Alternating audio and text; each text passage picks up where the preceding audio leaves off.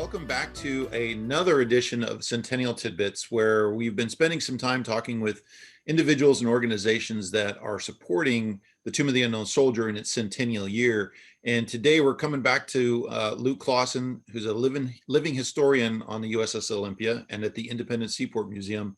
And we're going to talk a little bit more about the USS Olympia's operational history, when she first was launched through the time that she got done doing duties for the government. So welcome back, Luke. I appreciate you taking the time today. Yeah, thank you. Good to be back with you.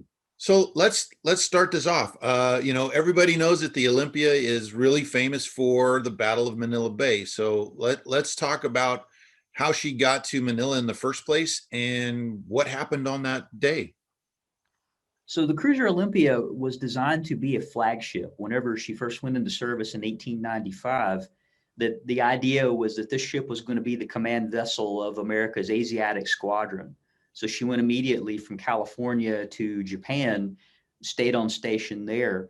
Whenever George Dewey took over as commander of the Asiatic Squadron in early 1898, one of the first things he did was move Olympia to Hong Kong. And part of the idea for that was knowing that there was probably going to be war with Spain. Those were the rumblings within the Navy Department, within the U.S. government. And so he got directed kind of under the table by Theodore Roosevelt, the Assistant Secretary of the Navy, to start gathering his ships in Hong Kong because that was closer to the Philippines, the main Spanish possession in the Pacific. So he pulled all of the ships in the Asiatic Squadron together, got them equipped as well as he could. He knew that they were lacking on supplies, so sent to the United States to get ammunition, supplies, to lay in a supply of coal.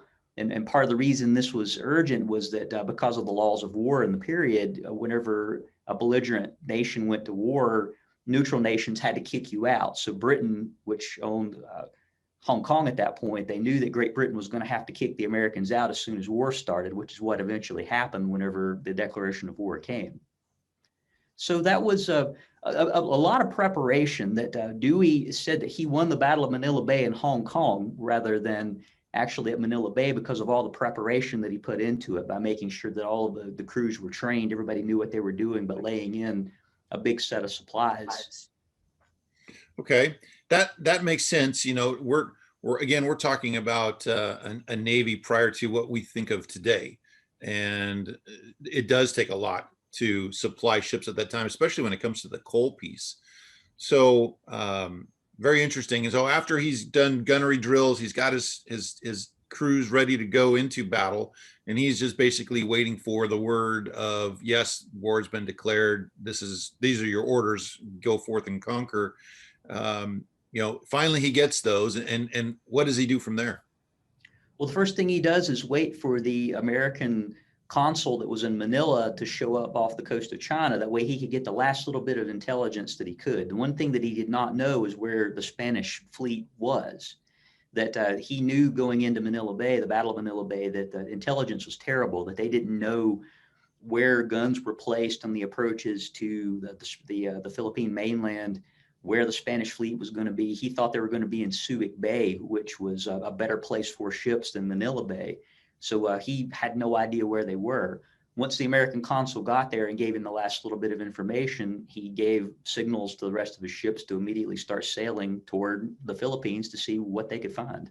When they entered the bay, now, didn't they make a night approach on this initially?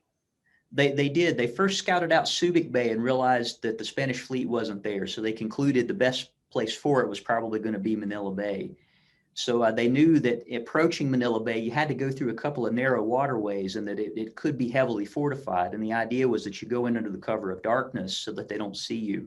He ordered all of his ships to cover all lights, make sure that there was no light that could escape, to make sure that they're burning their coal efficiently. That way sparks aren't escaping through the smokestacks. The only lights that were lit on the ships were stern lights. That way one ship could follow the other as they sailed in. Another thing they didn't know was whether there was going to be mines in the harbor. That part of the intelligence that came out is that ships that were coming and going through Manila Bay had to sail like a circuitous pattern. And so that was to try to get away from mines or to bluff the Americans into thinking mines were there. And so Dewey concluded that he thought it was a bluff, and he's like, we're just going to sail right in and see what happens. Wow. Talk about taking the bull by the horns and just leading the charge. Interesting. Okay. So he enters the bay, and what does he find? So he goes in and sees that the Spanish fleet is pulled up under the guns of the fortress of Cavite, which is close to the city of Manila. Then sees that there's a lot of guns in place there, and that the city of Manila had pretty heavy fortifications. It's well to say, too, that whenever the Americans went into the Battle of Manila Bay, in retrospect, it's easy to say that all this was an easy fight, but Dewey didn't know that he didn't know how many guns the Spanish had. He didn't know the shape of their ships. He didn't realize that one of the main Spanish ships had been incapacitated because of engine trouble, and one of the propeller shafts had been filled with concrete to seal it off. So the ship was totally immobile, and they had landed some of the ship's guns to bolster the shore fortifications, that he just didn't know. He had been sick the night before going into the Battle of Manila Bay, and said later that it was because of bad tea, but likely it might have just been nerves, that everybody going in had no idea what they were getting themselves into. So he saw the Spanish fleet and decided, well, let's go after them. Let's sail right in and get them. Were the crews of the Spanish fleet, I thought I'd read somewhere that they were pretty much doubled in size.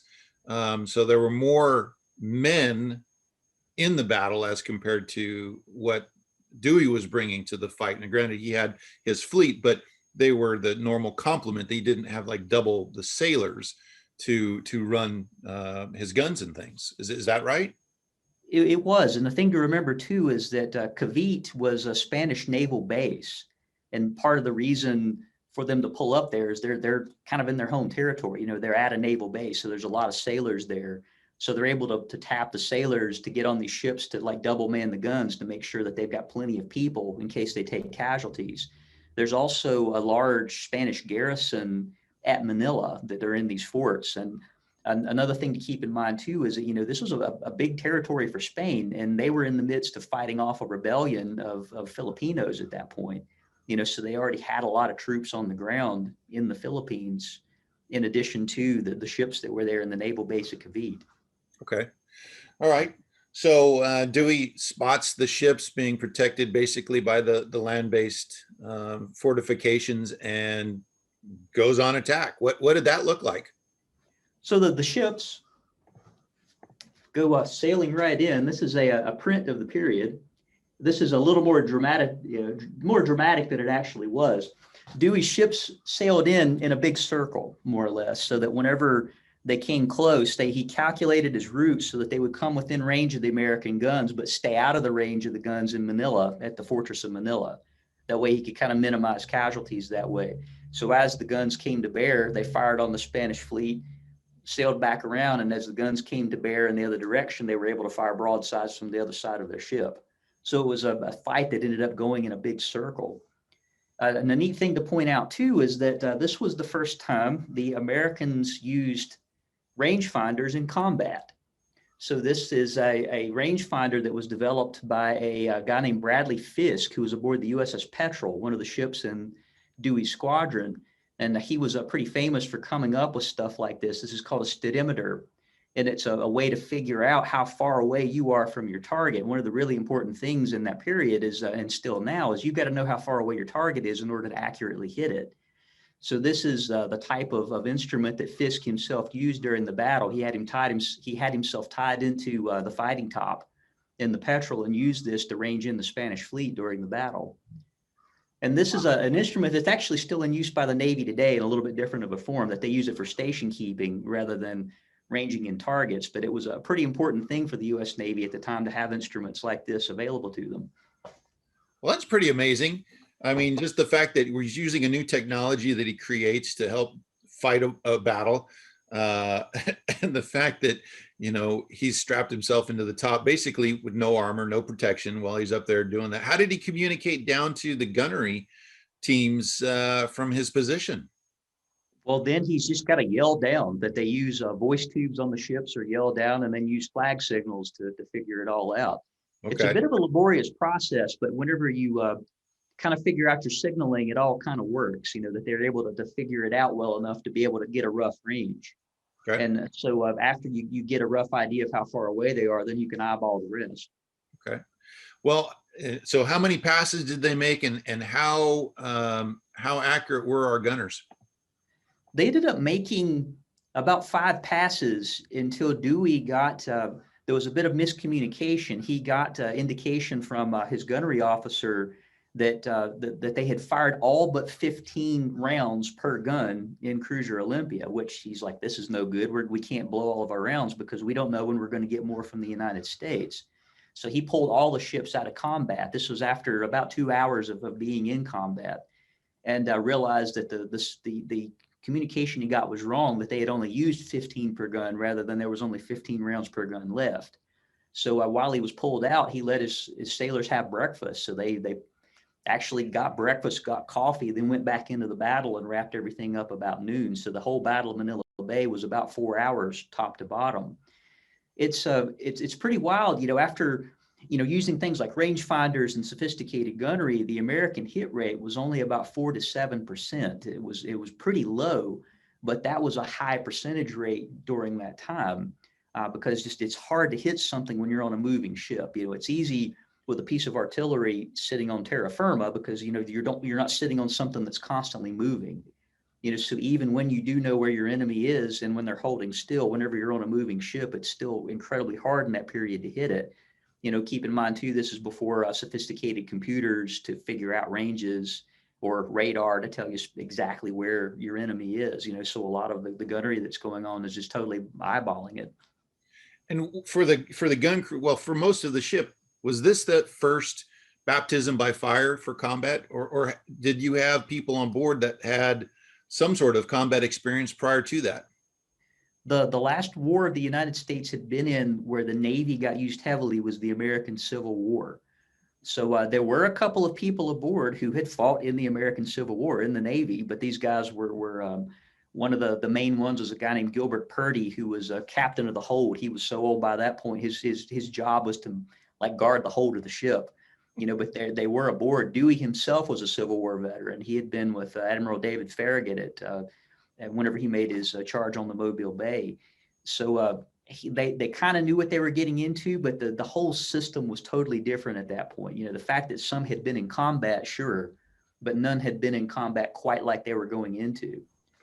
And I'm sure that weighed on everybody's mind and made everyone anxious. I can only imagine what the Spanish must have thought when you've got 2 hours of sustained combat, and then they just suddenly pull out and are cruising around in the middle, not knowing that the Americans are taking a break and having breakfast before they come back at it again. I would love to know what the thought process on land was. But some of the Spaniards said they were baffled by that, that they sure. why is this happening? And they took the opportunity to pull some of the men out of Cavite and put them on the ships to replace casualties. Okay. So they were able to kind of take their breath and then figure out what to do next, because the Spanish flagship, the Reina Cristina, had been pretty much destroyed by that point. Several other of the ships in the Spanish fleet at that point, it had been more or less destroyed. So they were trying to figure out what in the world are we going to do. A couple of their ships, they actually got underway and grounded them. That way they wouldn't sink, and that way they could reduce casualties and possibly even save the ship later on if need be. Interesting. Was Dewey ever concerned about them launching the entire fleet against them, or the torpedo boats, I think, was more of a bigger concern? Is that right? The torpedo boats were the things that really petrified U.S. Navy officers at that point, because they're small, fast vessels that could launch a lot of ordnance really quickly. And the larger guns on ships like Olympia can't move fast enough to track them. So Olympia has a secondary battery of 6-pound guns. So it's like a really big rifle mounted on the deck, that you can move quicker. A majority of the rounds fired at Manila Bay were from the secondary battery rather than the primary battery, because these guys were shooting at these small torpedo boats and smaller gunboats that actually got underway and went out to engage the American squadron. Did we lose anybody? Do we have any casualties during the conflict? There were a few people who were wounded on a couple of the ships. There was only one casualty, which was a coal passer who died of a heart attack. Other than that, the U.S. Fleet lost nobody. It was incredible, that was part of the stunning of why Dewey was so stunned by all this is they fully expected to take heavy casualties, and took precautions before the battle of like even taking woodwork out of the ships and throwing it overboard. That way they could reduce fire and splinters flying by. On Olympia, they required all crew members to shave their heads and cut off all their facial hair because they were afraid the hair would get in wounds and make it that much worse in tropical climate. I mean, they really thought that they were going to take heavy casualties and ended up taking none. Although Olympia ended up getting hit several times, as did every ship in the American squadron. Everyone took hits from the Spanish fleet, but not any that caused major damage. Okay. So all were operational at the conclusion of the battle, and I'm assuming the Spaniards then just strike their colors, and Dewey had now the challenge of I've captured Manila Bay. What's next? So that was a huge challenge for him, because what do? He realized that he didn't have enough people to capture Manila, so kind of struck a truce with the Governor General there to more or less surrender, but not give up the city yet and wait for the U.S. Army to get there. So Dewey landed sailors and Marines to be like a small police force, but he realized again he didn't have nearly enough people to be able to capture everybody who was there. They couldn't take prisoners because they didn't have anywhere to put them. So as they eliminated some of the shore batteries, they immediately paroled a lot of the Spanish soldiers. Just make them promise they weren't going to fight again, because they couldn't take prisoners at that point. So they ended up having to wait from May until August, whenever the first U.S. Army elements started to show up to be able to occupy Manila. And that ended up leading to a pretty protracted infantry campaign in the Philippines. It lasted well into the 20th century. That's amazing. At the end of the day, there you are. You've just been successful, more successful than you probably anticipated as you roll into battle. And now, much like what you see in contemporary operations, is we're able to go in with our forces and solve a problem. And then the peacekeeping issue is always the larger challenge of what do we do next? How do we go from this point of reinstituting a government or just normalcy into a population?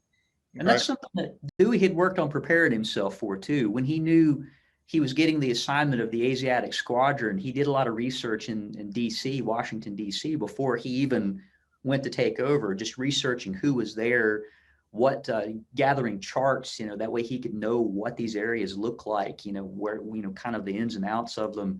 He knew that war was probably going to come with Spain. So thinking about what's happening in Spain, what's happening in the Philippines, thinking about the larger political situation, that Navy officers, particularly flag officers, so people who were in command of squadrons and larger flotillas, they're more or less the American diplomatic boots on the ground in a lot of cases, because they're the first ones in. Although there are American diplomats, like in the case of Manila Bay, Dewey's the guy in charge.